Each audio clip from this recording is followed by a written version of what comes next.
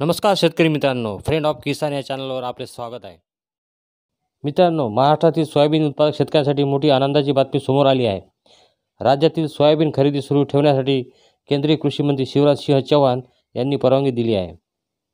महाराष्ट्र सरकारच्या विनंतीवरून केंद्र सरकारनं सोयाबीन खरेदीची मुदत 31 जानेवारीपर्यंत वाढवण्याचा निर्णय घेतला आहे. या निर्णयाचा राज्यातील शेतकऱ्यांना फायदा होणार आहे. अनेक शेतकऱ्यांची सोयाबीन विक्री बाकी आहे.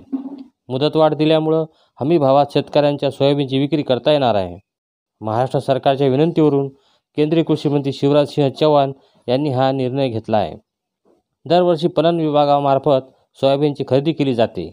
ही खरेदी कोणत्याही अडथळ्याशिवाय होण्यासाठी विभागाने कायमस्वरूपी यंत्रणा उभारावी, अशी सूचना मुख्यमंत्री देवेंद्र फडणवीस यांनी दिल्या आहेत.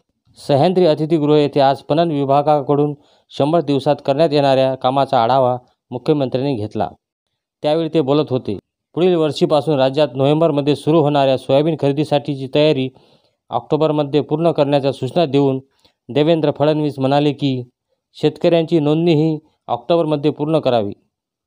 सोयाबीन खरेदीसाठी कायमस्वरूपी उभारण्यात येणाऱ्या व्यवस्थेचे निकष ठरवावे. त्यामध्ये सर्व सोयी सुविधांचा अंतर्भाव असावा. कोणत्याही अडचणीशिवाय सोयाबीन खरेदी सुरू राहिली पाहिजे, अशी यंत्रणा उभी करावी. तर मित्रांनो, अशा प्रकारे ही महत्त्वाची अपडेट.